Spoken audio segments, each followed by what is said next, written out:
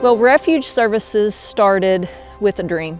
It really started as a prayer between Randy and I when we were relatively newly married, and because of our faith and our beliefs, we really spent quite a bit of time in that season of just praying, like, what is God's plan in that? We both felt strongly that God had given us some talents and strengths and passions for a purpose. I came across an article in a counseling magazine at work one day. It intrigued me. It was about a guy out of Utah, that actually a cowboy, that was working with therapists and incorporating horses into his treatment. Visiting with me about the approach, he was working with kids in a residential treatment center and incorporating horses. And in that conversation, he said, actually, I'm gonna start training people to do this work. And I'm gonna do the first training in Texas. And I was like, really? Well, that's cool. Where? And he said, Amarillo. And I'm like, what? So I go home and I'm excited about this idea. And I share that with Randy, and I am not met with the same enthusiasm.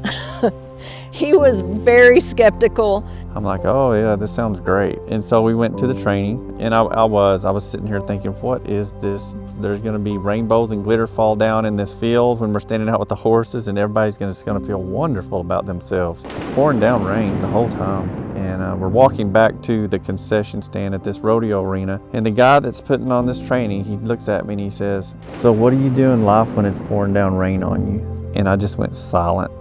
And she just looks over at me and snickers at me. Because that's what I did. I dropped and complained about things. Didn't really do anything to change them. That just hit me. That was real. That's really what's going on for me. And he just called me on it. And that's what stopped me, and like, okay, I just need to sit back and listen. I mean, we came home from this training and we were just like, this is it. This is what God's called us to do. We felt a confirmation that that was it. We have a pasture that we lease, we have cattle, we have horses, but we don't have a facility. We don't have any of the things that we need to start this business. And we decided in that moment, and through a lot of prayer and discussion, that this vision, this dream was way bigger than we are. We knew we couldn't do it on our own because it was a community endeavor, and we set out to start helping Lubbock, Texas. And so we started doing a lot of demonstrations and letting therapists know what we were offering, and treatment facilities and schools and agencies that needed resources. What we discovered is the only clients our community were willing to send our way were clients that traditional therapy had failed. So we came home from that training on fire about this is what we're going to do, and we're talking about, so what are we going to name this business that we're wanting to start? And so at that time I had a full-time job, and I'd come home and I would lay down on the floor for about 15 minutes and catch my breath, and then I would go out and I'd jump on a couple of horses and start riding them and training them. And one day I came home and I laid down on the floor and I fell asleep, and I never fell asleep. But when I woke up from that nap, it was in my head, and I called her at work at the counseling center she was working at, and I said, I've got it. And she says, you've got what? I said, the name of our business. She says, what is it? I said, it's Refuge. She's like, okay. I said, it's Restoration Experiencing Family, Unity, God, and Environment. She's like, how did you come up with that? I said, I didn't. I just woke up and it was in my head.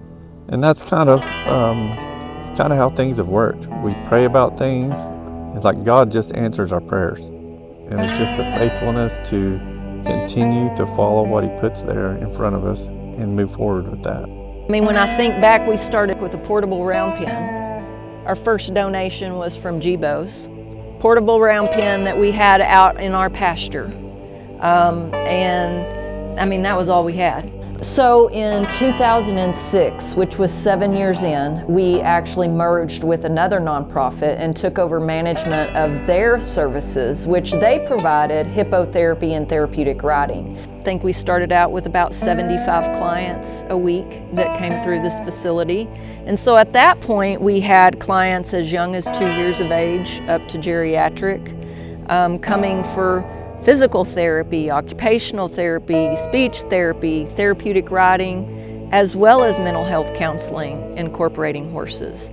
And so it really opened the door for many new relationships and collaborations as well. Fast forwarding forward a bit, we're at about 4 years ago, and we had a big growth spurt then when we got a grant from Mueller and Texas Country Reporter and receiving the office that we office out of was donated. That really pivoted us and opened even more doors to growth. And today we're at about 170 clients a week that come through our facility, doing all different types of therapy, and we're able to do many of those simultaneously with 2 different arenas. And now we've got 2 beautiful barns and arenas and outside space, inside space, 20 horses, and a great team to be able to serve this community.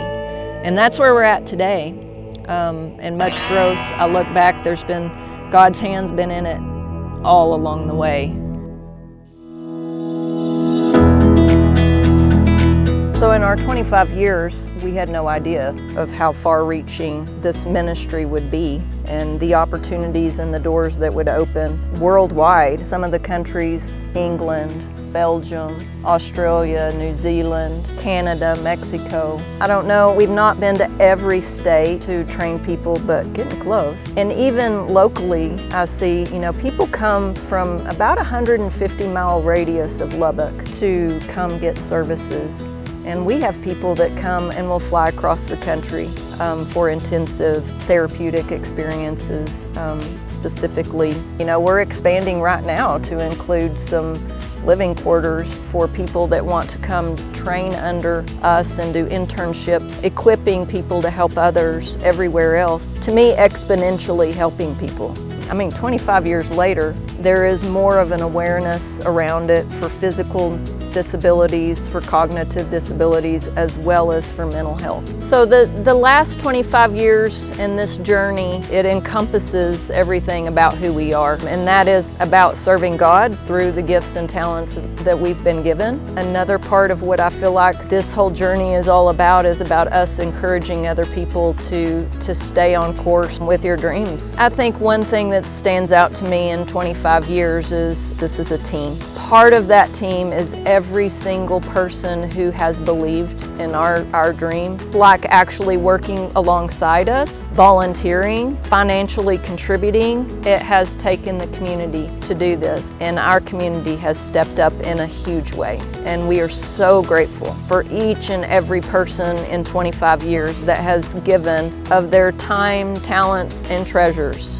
It's all of us working together for the greater good and being able to help people in those times of struggles. Yeah, we've learned a lot through the last 25 years. The more that we can handle, the more that He gives us. And this ministry is what I call it. It really has grown, and we're just trying to keep up with it. And it's just the faithfulness to continue to follow what He puts there in front of us and move forward with that.